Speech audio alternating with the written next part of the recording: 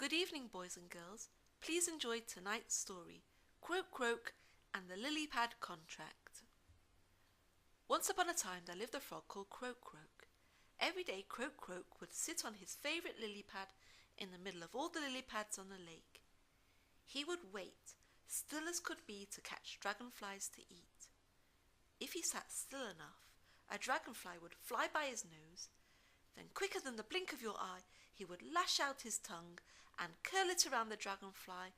Then, quicker than a blink of your eye, whip the dragonfly back into his mouth, and with one big chomp and a gulp, swallow the dragonfly whole. It was tasty indeed. It was Croak Croak's favourite snack. And then, like nothing had happened, he sat with his nose to the sun, waiting for the next dragonfly to pass by. If Croak Croak would be out of the water for too long, his skin would start to feel tight and dry.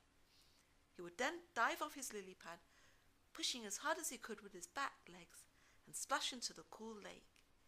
He loved to feel the cool water moisten his skin, and he would swim deep into the bottom of the lake and play with his friends between the underwater weeds and grasses. One hot day, Croak Croak decided to swim a little farther away than usual from his lily pad. He needed to spend more time being wet and out of the hot, drying sun. He had found some interesting rocks under the water and wanted to see if there would be any delicious bugs between them for a good lunch. By the time he started to swim back to his lily pad, it was already getting late. He swam quicker than before and needed a rest and couldn't wait to relax on his lily pad. As he got closer, he lifted his nose and eyes out of the water and got the biggest shock of his life. There was a family of frogs sitting and relaxing on his favourite lily pad. Croak Croak cleared his throat very loudly. Hum! Hello, my friends, he said. What are you doing here on this fine summer day? We're relaxing here on this very big and shiny lily pad of ours. Oh, but I'm sorry to let you know, the lily pad is mine. I've been sitting on it every day.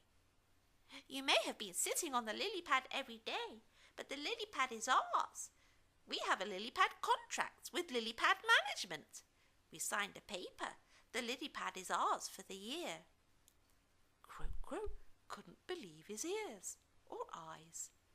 If you don't believe us, go to lily pad management offices and ask the lily pad manager. He's in charge of all the lily pads on this lake. His office is on the other side of the lake between the reeds over there. Croak Croak had never heard of a lily pad contract, but he wanted to find out if it was true. I definitely will then, said Croak Croak. Already tired from his day of diving, he swam slowly towards the reeds at the other side of the lake. When he reached the reeds, he saw a sign, Lily Pad Management.